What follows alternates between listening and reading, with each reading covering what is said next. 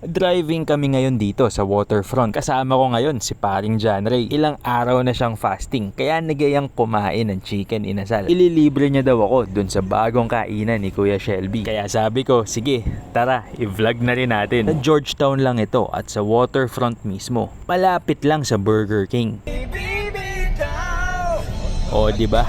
Talagang medyo gutom na kami niyan. Ito yung menu nila at madaming pwedeng pagpilian. Puro Pinoy classic comfort food dito. Kaya naman talagang tinatangkilik din ito ng kapwa Pilipino natin. Nakakamiss din kasi yung mga ganitong klaseng pagkain. Lalo na kapag malayo ka at kakaunti ang option na pwedeng pagpilian. Affordable din yung nasa menu nila.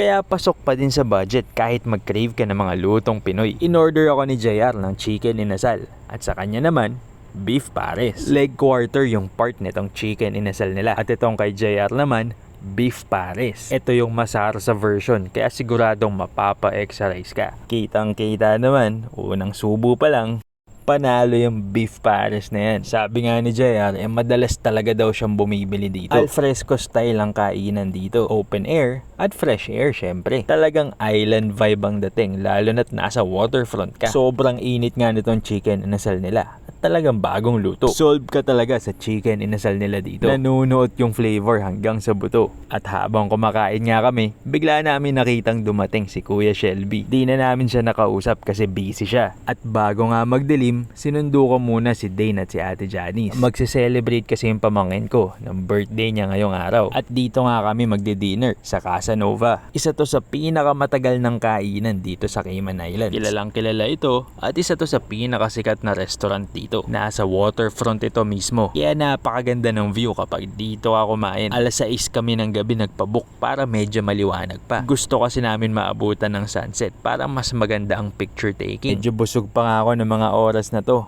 Pero okay lang, sasarap kasi ng pagkain. Napadami nga akong kain ng tinapay na to. Libre kasi, kaya ang sarap. Di pa man kami nakaka-order ng appetizer at main course, busog na kami. Pahiran mo na din ng butter para mas masarap. Want to sawa din ng olive oil at balsamic dito. Sarap din partner nitong baget nila. At para nga sa appetizer, umorder si Dane nitong calamares at conch fritters. Freshly cooked yan syempre, kaya sobrang init pa. Napaso tuloy si Ate Jan. Di pa man ako kumakain ng appetizer, halos busog na ako. Masarap din yung sauce nila ng calamares. Pero para sa akin, mas nagustuhan ko pa rin talaga tong conch fritters. Meron siyang parang mayo spicy sauce na kasama na bagay sa timpla ng conch nila. Sobrang init din kaya dahan-dahan ko siyang kinain. Sa main course naman, ito ang in-order ni Dane. Seafood plate siya na may lobster, shrimp at kung ano-ano pa. Pasta Alfredo naman kay Ate Janice na may shrimp. At sa akin naman, pasta na may salmon. At habang dumidilim nga,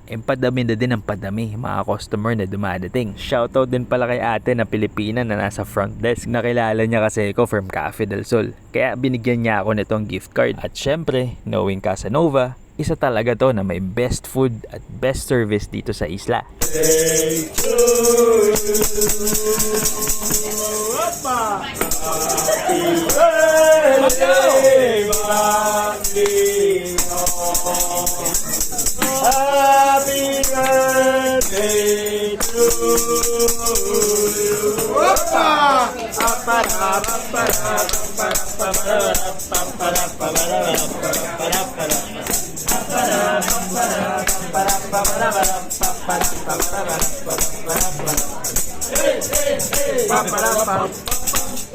Happy birthday to you. Thank you. Maligawang karawan. At dyan nagtatapos ang araw natin. Happy birthday kay Dane. And that's it for our food trip today.